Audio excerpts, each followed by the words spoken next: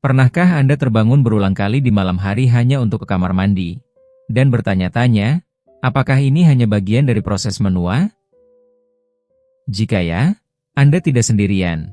Tetapi hari ini, Anda akan mengetahui bahwa kenyataannya jauh lebih serius, dan jauh lebih bisa diatasi daripada yang selama ini Anda pikirkan.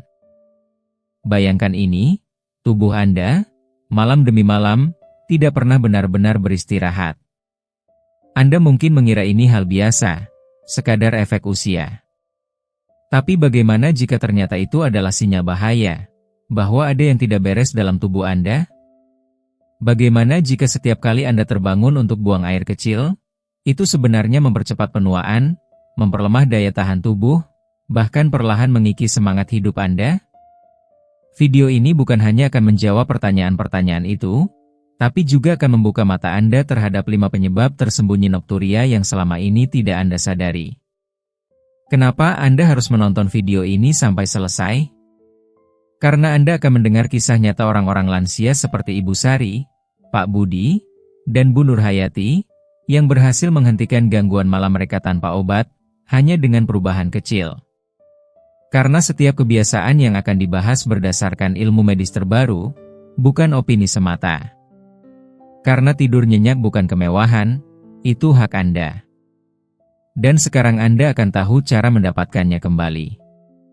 Karena perubahan kecil, seperti suhu kamar, waktu makan malam, atau jenis pakaian tidur, ternyata berdampak besar bagi kesehatan tubuh dan ketenangan jiwa Anda. Dan yang paling penting, karena malam ini bisa menjadi malam pertama Anda tidur tanpa terbangun. Mari kita mulai. Dan siapkan diri Anda, karena apa yang akan Anda pelajari di video ini mungkin akan mengubah malam-malam Anda untuk selamanya.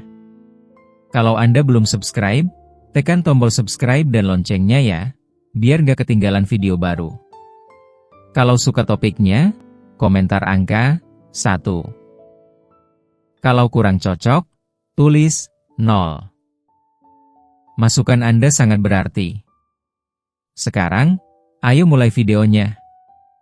Banyak orang, terutama mereka yang telah memasuki usia lanjut, tidak menyadari bahwa terbangun berulang kali di malam hari untuk buang air kecil, yang secara medis dikenal sebagai nokturia, bukanlah sekadar gangguan kecil yang wajar terjadi karena faktor usia.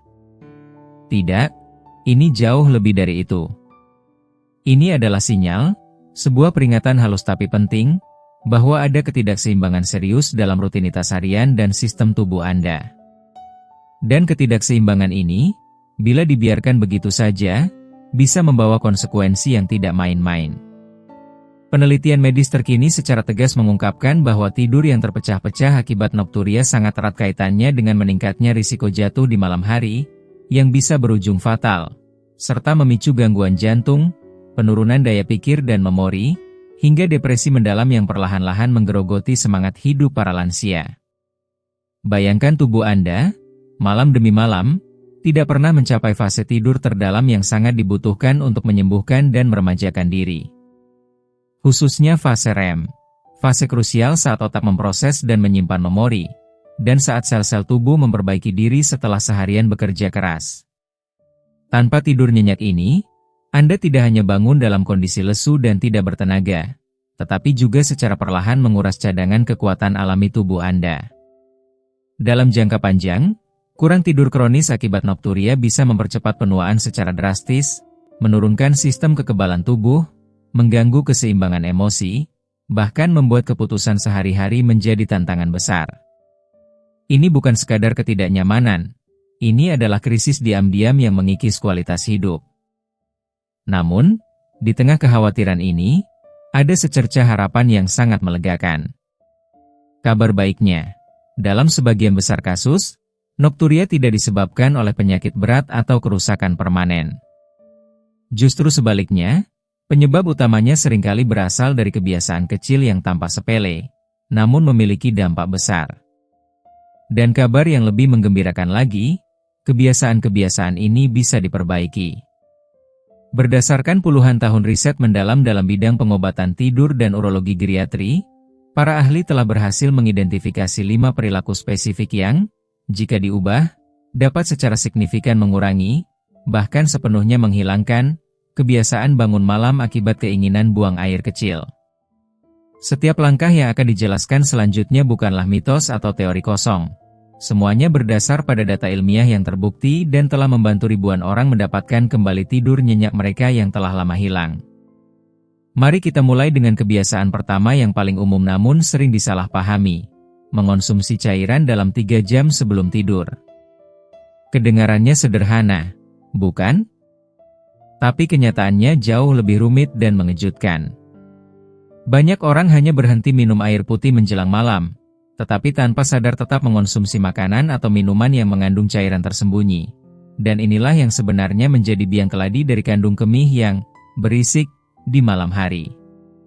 Sup, buah-buahan dengan kadar air tinggi seperti semangka dan melon, minuman herbal panas seperti teh, bahkan beberapa jenis obat-obatan yang diminum malam hari, semuanya menambah beban pada sistem kemih Anda.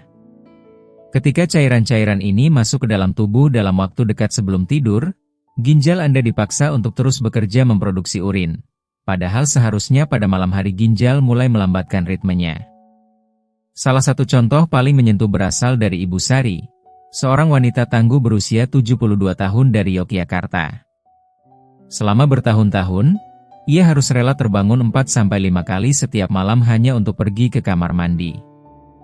Akibatnya, tubuhnya selalu lelah, pikirannya berkabut, dan emosinya mudah meledak. Saya merasa seperti tahanan di tubuh saya sendiri, kata Ibu Sari dengan mata berkaca-kaca. Ia telah mencoba segala cara, mengurangi air minum, mengonsumsi obat-obatan, bahkan sempat berkonsultasi untuk kemungkinan operasi. Namun hasilnya nihil. Yang tidak ia sadari, secangkir teh chamomile yang ia nikmati setiap malam sebelum tidur, yang selama ini ia anggap menenangkan, dan semangkuk sup bening hangat saat makan malam, ternyata berkontribusi besar terhadap masalah nokturia yang ia alami. Segalanya berubah ketika Ibu Sari mulai mengikuti panduan strategis yang telah terbukti secara ilmiah. Dalam waktu 2 minggu, dengan konsistensi dan kesabaran, frekuensi ke kamar mandinya di malam hari turun drastis menjadi hanya 1 kali.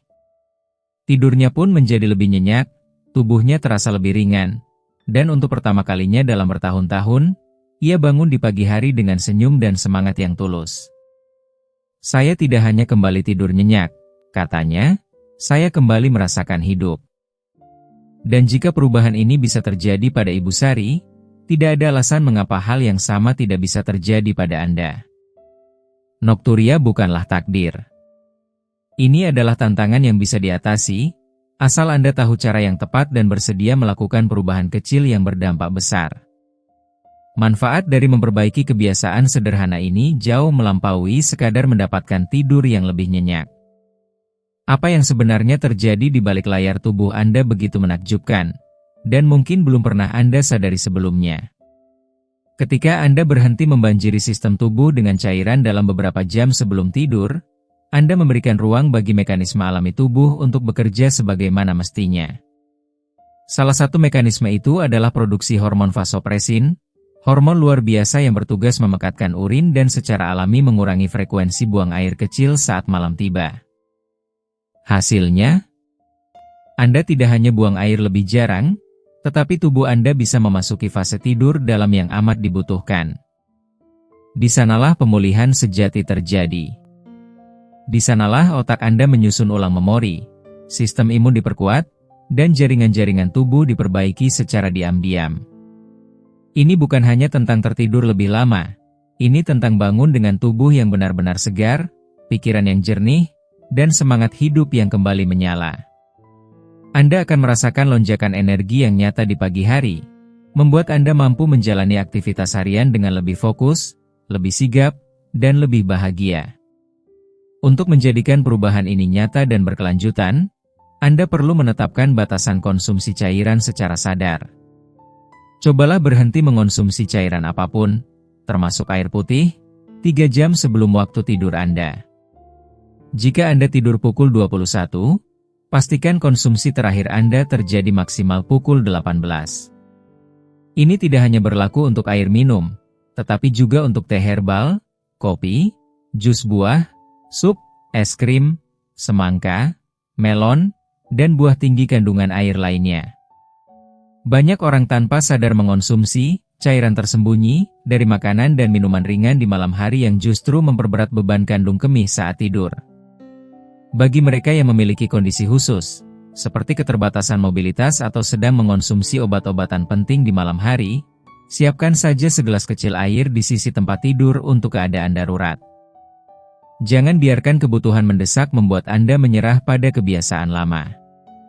Bahkan bagi mereka yang menderita diabetes atau mengalami rasa haus akibat efek samping obat, rutinitas hidrasi masih bisa diatur. Bekerja samalah dengan dokter Anda untuk menyusun jadwal baru, agar kebutuhan cairan tetap terpenuhi di siang hari, bukan menjelang tidur. Beberapa bulan setelah menerapkan saran ini, Ibu Sari, yang sebelumnya kita kenal harus bangun 4-5 kali setiap malam, kembali kepada saya sambil tersenyum. Matanya bersinar penuh semangat. Ia berkata, "Saya tidak percaya hal sekecil ini bisa mengubah hidup saya begitu drastis.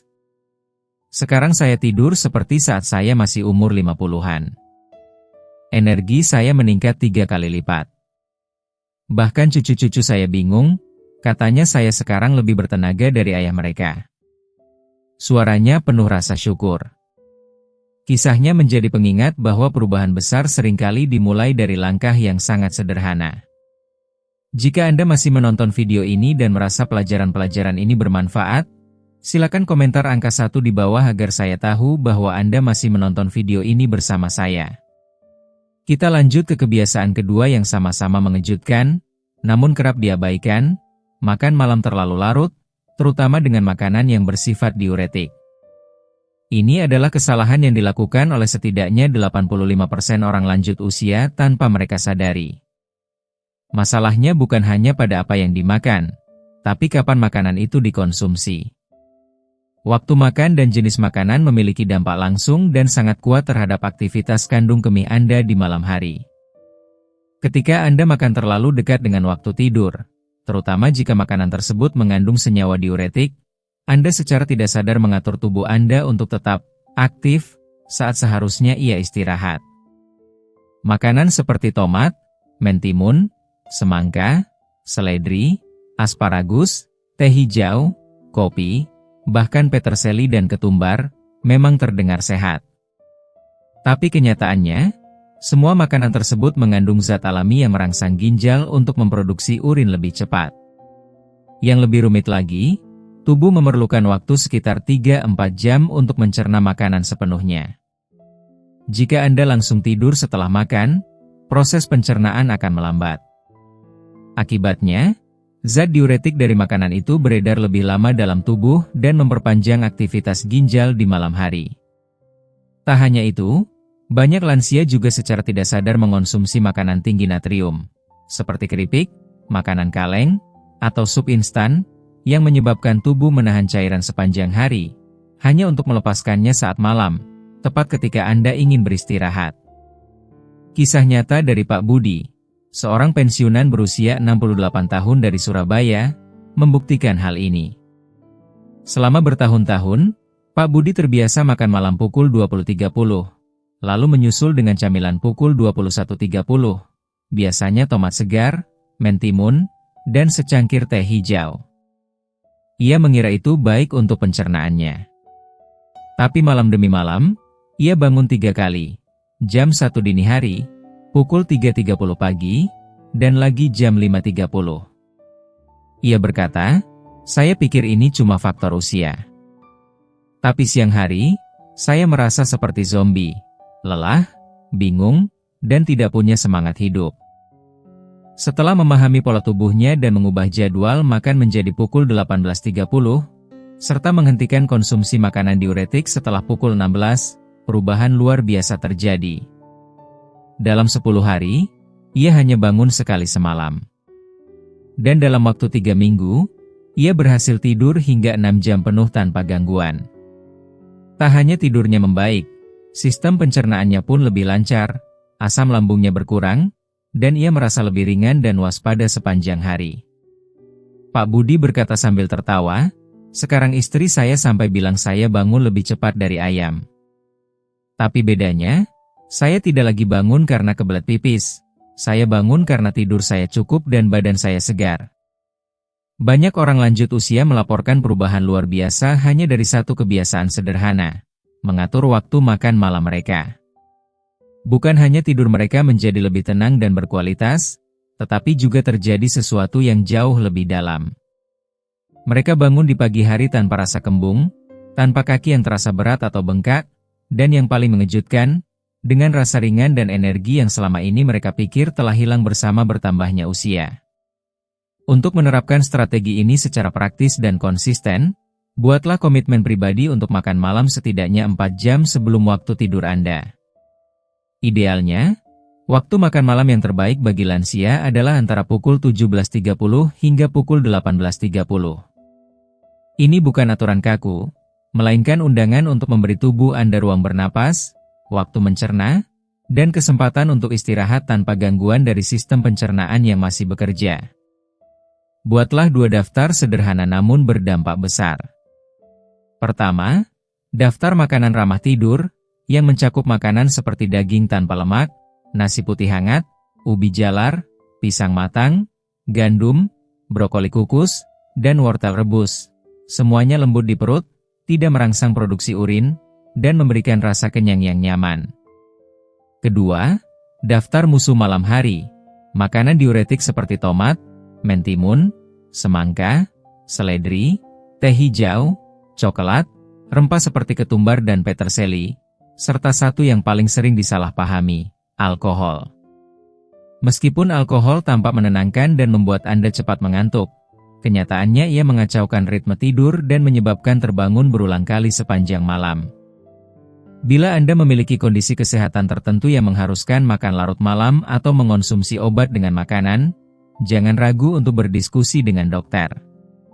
Solusi ada, dan bisa ditemukan bersama. Pak Budi, yang kini dikenal sebagai Raja Tidur oleh istri dan cucunya, pernah berkata kepada saya, "Sekarang saya makan malam seperti raja pukul 18, dan tidur saya seperti bayi. Saya bangun dengan rasa damai." Istri saya bilang saya kelihatan 10 tahun lebih muda. Dulu saya cuma tidur, sekarang saya benar-benar beristirahat. Kini, mari kita bahas kebiasaan ketiga, yang tampaknya bijak namun justru menyesatkan. Buang air kecil untuk berjaga-jaga sebelum tidur.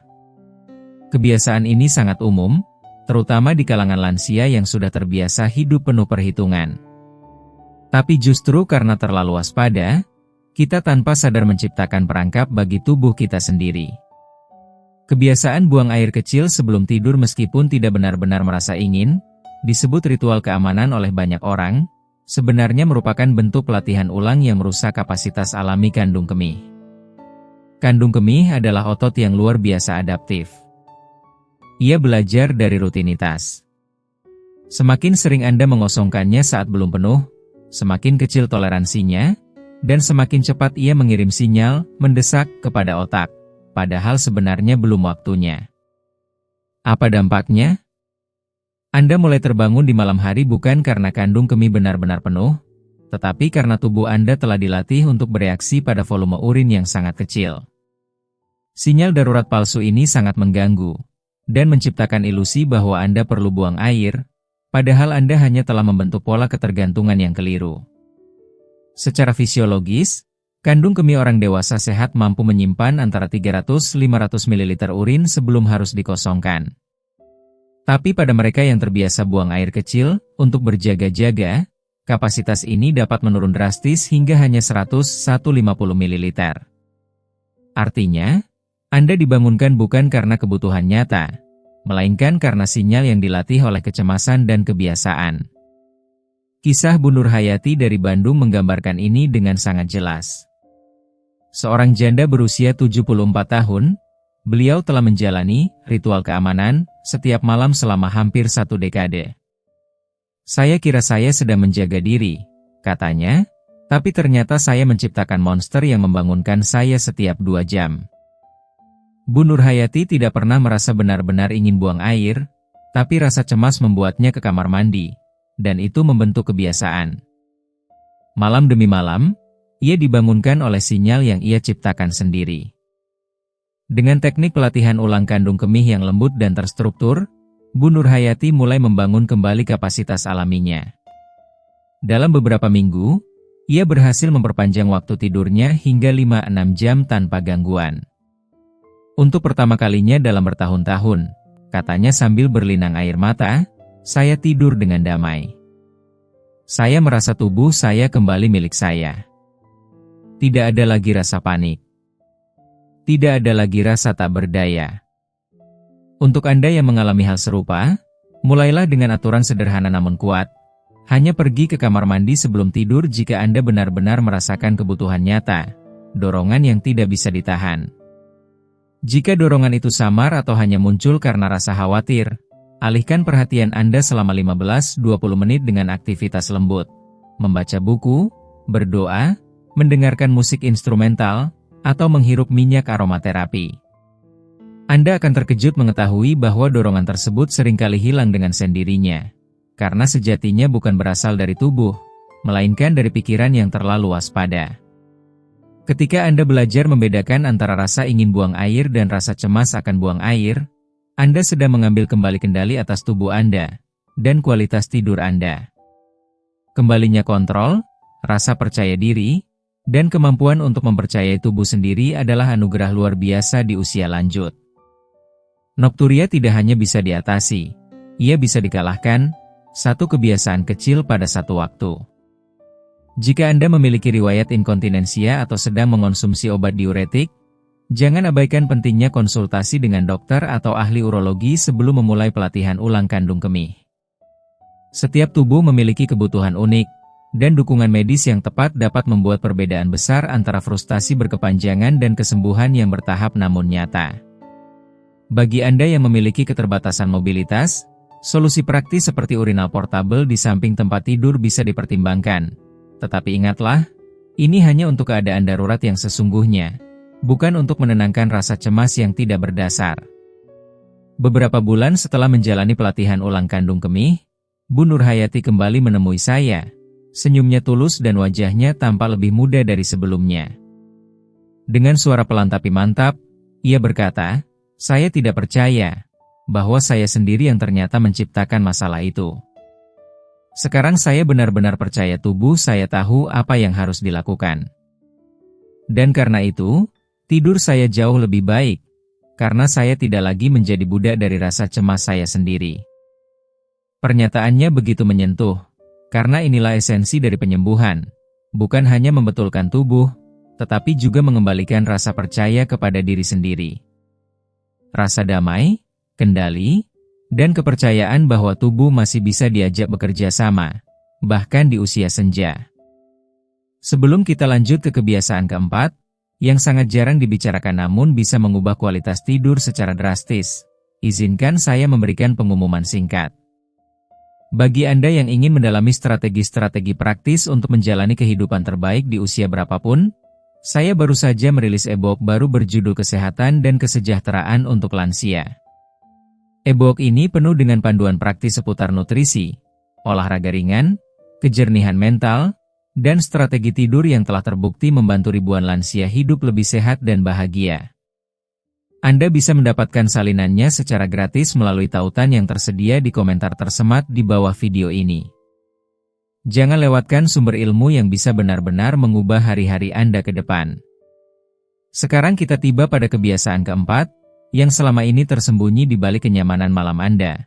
Posisi tidur yang salah dan penggunaan bantal yang tidak sesuai.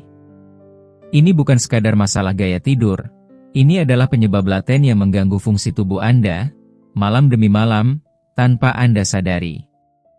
Banyak lansia tidur dalam posisi tengkurap atau miring tanpa penyangga yang benar, yang secara tidak sengaja memberi tekanan pada perut dan kandung kemih. Ini menyebabkan kandung kemih tertekan secara fisik, dan memicu sinyal palsu ke otak bahwa ia sudah penuh. Padahal kenyataannya, volume urin masih jauh dari kapasitas maksimalnya. Ditambah lagi, bantal yang terlalu tinggi atau terlalu rendah dapat mengganggu sirkulasi darah, terutama dari kaki kembali ke jantung. Cairan yang seharusnya dikeluarkan siang hari akhirnya kembali naik ke atas saat Anda tidur, masuk kembali ke sistem peredaran darah, dan mempercepat pembentukan urin di malam hari. Penjelasan ilmiahnya sangat menarik.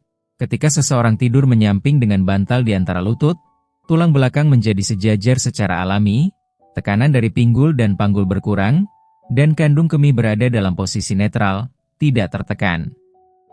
Ini memungkinkan tidur yang lebih stabil dan pengurangan tekanan yang memicu nokturia. Bahkan penelitian terbaru menemukan bahwa dengan hanya memperbaiki posisi tidur, frekuensi buang air kecil di malam hari bisa berkurang hingga 40%. Sebuah angka yang luar biasa untuk sebuah perubahan yang tidak memerlukan obat maupun alat bantu medis. Jika Anda masih menonton video ini dan merasa pelajaran-pelajaran ini bermanfaat, silakan komentar angka 2 di bawah agar saya tahu bahwa Anda masih menonton video ini bersama saya. Mari kita lihat kisah nyata dari Pak Frank, seorang pria berusia 71 tahun, pensiunan militer dari Bandung. Selama 30 tahun dinas, ia terbiasa tidur tengkurap, sebuah kebiasaan yang ia bawa hingga masa pensiun. Ia sering bangun 3 kali tiap malam dan mulai khawatir bahwa masalah ini berkaitan dengan pembesaran prostat. Ia bahkan menjadwalkan kunjungan ke spesialis urologi karena sudah sangat terganggu oleh tidurnya yang terus terpotong. Namun segalanya berubah setelah ia mengikuti sesi edukasi tentang posisi tidur dan biomekanika tubuh. Ia mulai beralih ke posisi menyamping, dengan bantal berukuran sedang di antara kedua lututnya. Pada awalnya, memang tidak nyaman. "Tubuh saya butuh penyesuaian," katanya. Tapi setelah 2 minggu, saya hanya bangun sekali tiap malam. Dan sekarang, beberapa malam saya bisa tidur 6-7 jam penuh.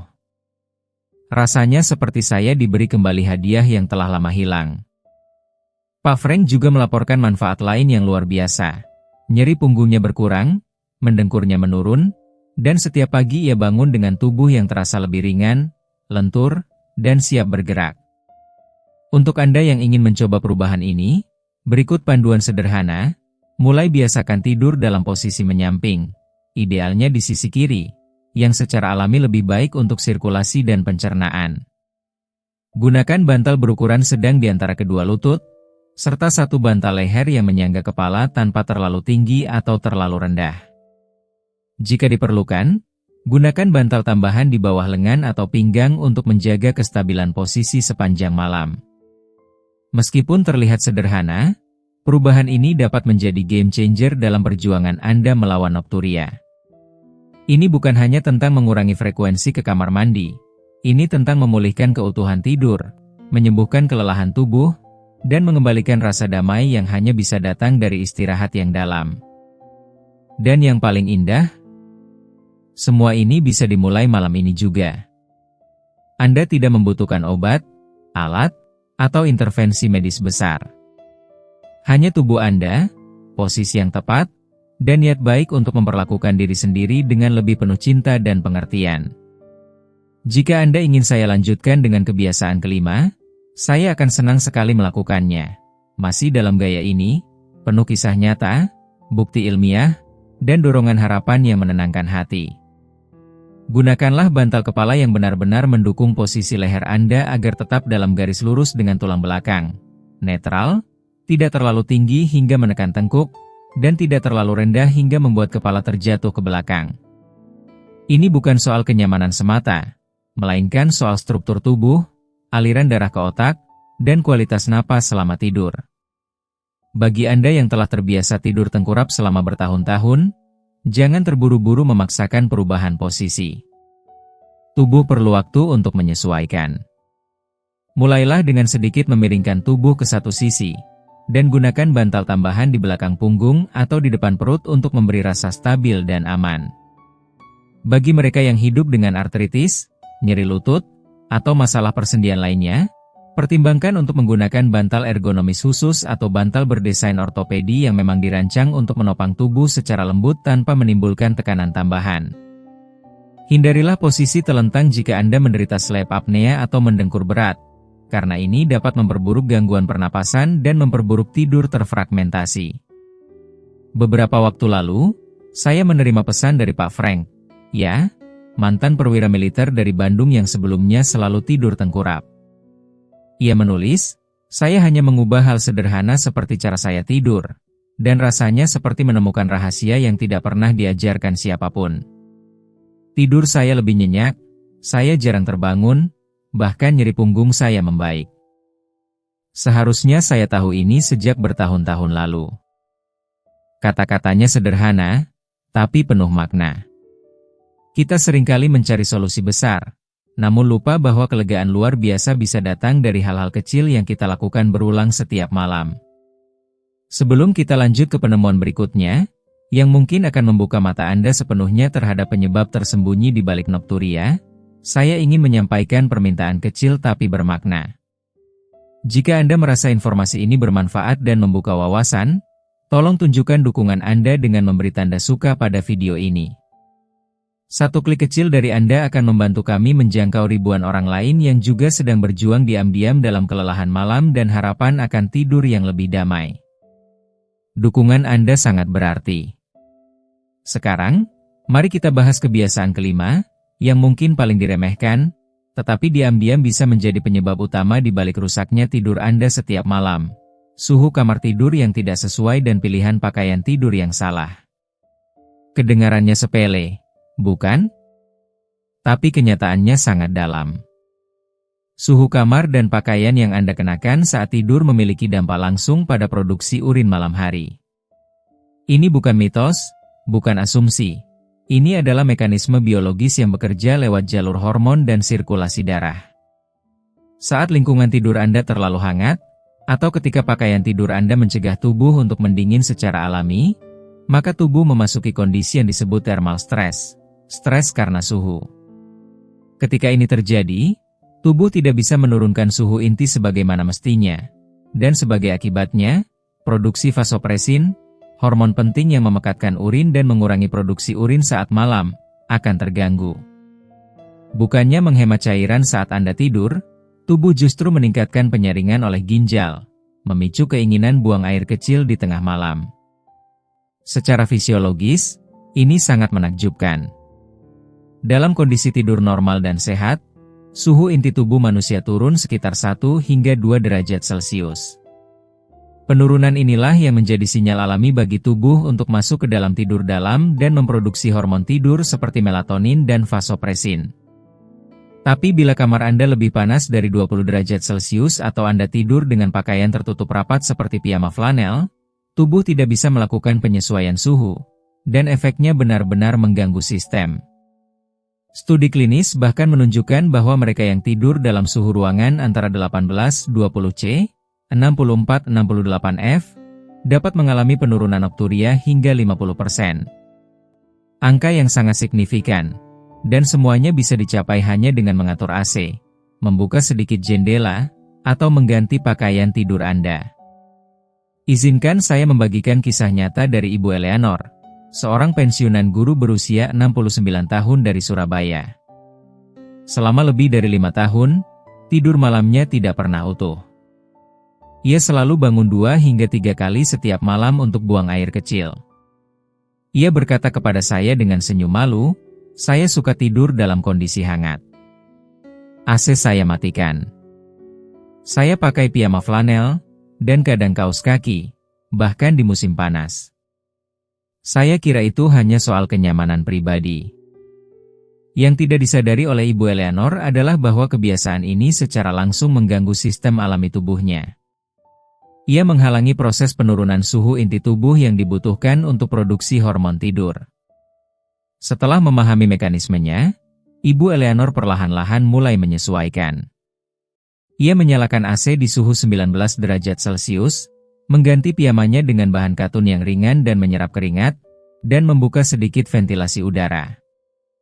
Hasilnya luar biasa. Dalam waktu 2 minggu, ia hanya bangun sekali malam. Dan setelah 1 bulan, ada malam-malam ketika ia tidur tanpa terbangun sama sekali. Yang lebih mengejutkan, ia tidak hanya tidur lebih nyenyak, tapi juga merasa lebih segar saat bangun. Rasanya seperti tidur di alam terbuka, katanya. Saya tidak pernah menyangka bahwa mengubah suhu kamar bisa memberi saya rasa damai seperti ini. Ibu Eleanor, selama bertahun-tahun, hidup dalam lingkaran kelelahan yang tak pernah selesai. Ia terbiasa terbangun 4 hingga 5 kali setiap malam, keringat membasahi lehernya, dan dorongan buang air kecil terasa mendesak, seolah tubuhnya menolak memberinya kedamaian. Ia mulai takut untuk tidur. Setiap malam seperti medan perang, katanya suatu hari kepada saya. Saya menutup mata dengan rasa cemas, bertanya-tanya berapa kali saya akan bangun lagi. Namun semua itu mulai berubah ketika ia mendengar sesuatu yang tak pernah ia duga, bahwa suhu kamar tidur dan bahan piyama yang ia kenakan mungkin adalah penyebab dari penderitaannya. Dengan rasa penasaran yang disertai harapan, Ibu Eleanor memutuskan untuk bertindak. Ia memasang AC sunyi di kamar tidurnya, mengganti piyama flanel tebal dengan pakaian tidur katun yang ringan dan sejuk, serta membuka sedikit jendela untuk membiarkan angin malam masuk. Dan hasilnya, dalam waktu kurang dari 1 minggu, ia hanya perlu ke kamar mandi 2 kali. Setelah 3 minggu, beberapa malam ia bisa tidur tanpa terbangun sama sekali. Untuk pertama kalinya dalam 5 tahun, ia merasakan tidur yang utuh. Saya terbangun dengan perasaan segar, tidak berkeringat, tidak pusing, dan tubuh saya terasa ringan. Saya merasa seperti perempuan baru, ucapnya dengan mata berkaca-kaca. Manfaat dari optimalisasi suhu ini tidak hanya sebatas mengurangi nokturia. Dampaknya menyentuh hampir setiap aspek kehidupan. Tidur REM yang lebih panjang dan lebih dalam, regulasi hormon yang stabil, penurunan keringat malam, mendengkur yang lebih jarang, dan perasaan tidur yang benar-benar memulihkan jiwa. Bahkan tekanan darah Ibu Eleanor menjadi lebih stabil, dan gejala hot flash yang sebelumnya menghantuinya tiap malam pun berkurang drastis. Jika Anda ingin mencoba strategi ini sendiri, mulailah dengan mengatur suhu kamar Anda antara 18 hingga 20 derajat Celcius, 64-68 F. Ini adalah rentang ideal di mana tubuh dapat menurunkan suhu inti dan masuk ke dalam mode istirahat biologis yang sehat. Gunakan AC jika tersedia, atau kipas angin yang tenang. Bila cuaca mengizinkan, cukup buka jendela untuk menciptakan sirkulasi alami yang menenangkan. Untuk pakaian tidur, gantilah bahan sintetis atau tebal dengan kain alami seperti katun, linen, atau bambu. Semua bahan ini memungkinkan kulit bernapas dan mencegah penumpukan panas. Bagi Anda yang khawatir kedinginan, gunakan sistem lapisan. Kenakan kaos tipis dengan syal ringan yang bisa dilepas di tengah malam bila perlu, dibanding piyama tebal yang menyimpan panas dan menahan tubuh dari mendingin secara alami. Jika Anda sedang mengonsumsi obat-obatan yang mempengaruhi suhu tubuh, seperti pengatur tekanan darah, antidepresan, atau terapi hormon, jangan ragu untuk berkonsultasi dengan dokter. Anda bisa mencari pendekatan yang sesuai agar lingkungan tidur Anda tetap mendukung proses penyembuhan, bukan memperburuknya. Beberapa bulan setelah perubahan itu, Ibu Eleanor berkata kepada saya dengan suara yang berbeda, penuh harapan dan rasa bangga. Saya tidak percaya bahwa hal sesederhana suhu kamar bisa menyelesaikan masalah yang menyiksa saya selama bertahun-tahun. Sekarang saya tidur seperti malaikat. Bangun dengan tubuh segar. Dan saya merasa lebih muda, lebih hidup, lebih utuh daripada yang pernah saya rasakan dalam beberapa dekade terakhir. Strategi ini bukan hanya transformatif, ini adalah bentuk kasih sayang terhadap diri sendiri.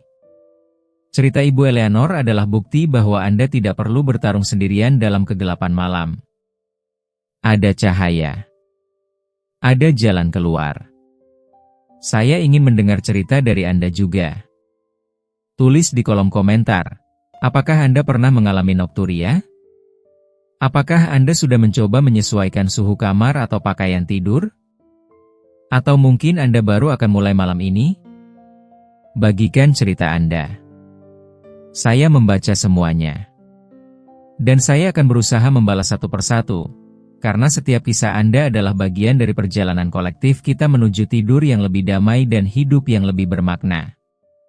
Sekarang setelah Anda mendengarkan seluruh penjelasan dan kisah nyata yang luar biasa tadi, saya ingin bertanya pada Anda, apa satu hal yang paling menyentuh hati Anda hari ini?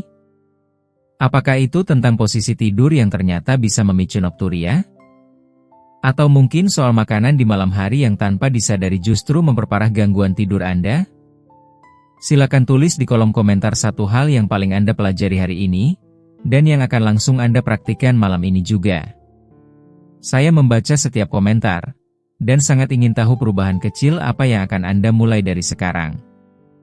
Dan jika video ini memberi Anda wawasan, harapan, atau bahkan secercah solusi, jangan ragu untuk dukung kami. Jika Anda suka video ini, silakan tinggalkan komentar di bawah, dan jangan lupa untuk like, share, dan subscribe ke channel YouTube kami. Dukungan kecil dari Anda sangat berarti untuk kami, dan bisa menjadi penyambung harapan bagi ribuan orang lainnya di luar sana yang tengah berjuang dengan masalah serupa. Sampai jumpa di video berikutnya, dan semoga malam Anda tenang, tubuh Anda pulih, dan hidup Anda kembali penuh semangat.